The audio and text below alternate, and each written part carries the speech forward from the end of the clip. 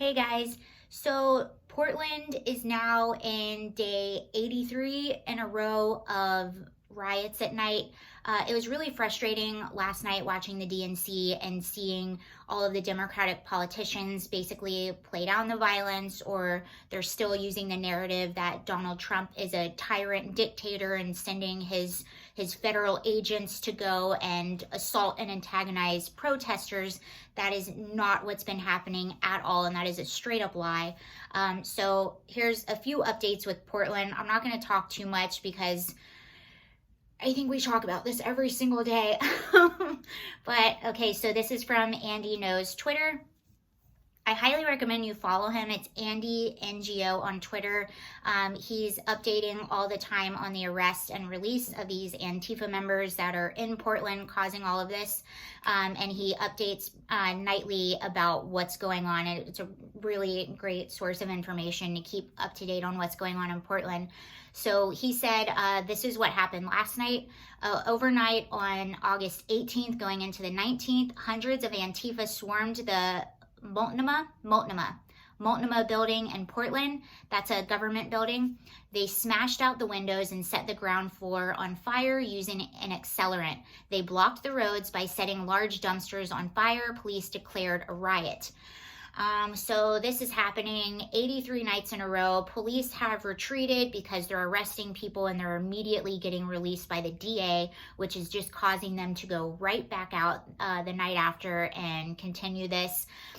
There was another guy on Andy Knows page, David Hemp. He was involved in the stabbing of a black conservative, and he just got released on a $250,000 bail. Antifa paid his bond, and he is now out. This man is also a convicted pedophile. And so these are the type of people that Antifa are bailing out and letting back on the streets. So one more thing on Andy Knows Twitter, and then I'm going to go to a story in the New York Post.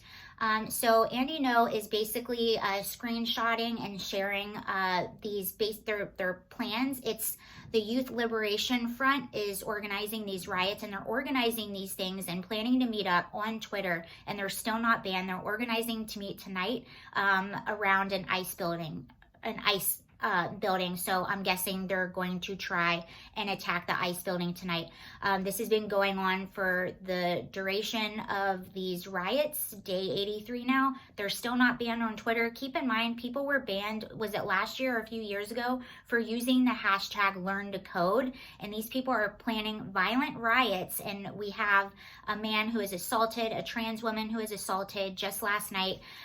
People are getting arrested for federal crimes, and this is being allowed on Twitter. So I just want to point that out. And now let's go to the story on the New York Post, and I'm going to read you a little bit of that. And then that's basically it for the video. You already know my opinion. It's the same thing every day. I just want to update you on what's going on. And the story is Portland businesses fleeing downtown offices over nightly BLM riots. Thank you for the New York Post for at least being honest and calling it what it is. It says large companies are fleeing offices downtown Portland because nightly Black Lives Matter riots are making the heart of Oregon City a no-go area, according to a report. Businesses are leaving. The financial consequences to the downtown corridor are a running calculation that is almost impossible to wrap your mind around. The riots have cost $20 million in damage and lost businesses. You have blocks and blocks of plywood, you have graffiti, you have an accumulation of damages that are unrepaired, and ongoing perception that downtown is not a safe place to go. So not only are these businesses being looted and damaged, but people that normally would come there and go shopping are not coming downtown because they're afraid. It's dangerous. We need to start to turn the corner now, says a business leader, so that this sort of irreparable damage does not last. Portland has seen vulgar violence and destruction during 83 consecutive nights of protests, with Tuesday once again being declared a riot as a mob smashed its way into a government building and set fires. Our downtown properties have sustained significant vandalism, and a number of our employees and contractors have been assaulted in recent months. That's what's going on in Portland. Okay, I got more coming later. Bye.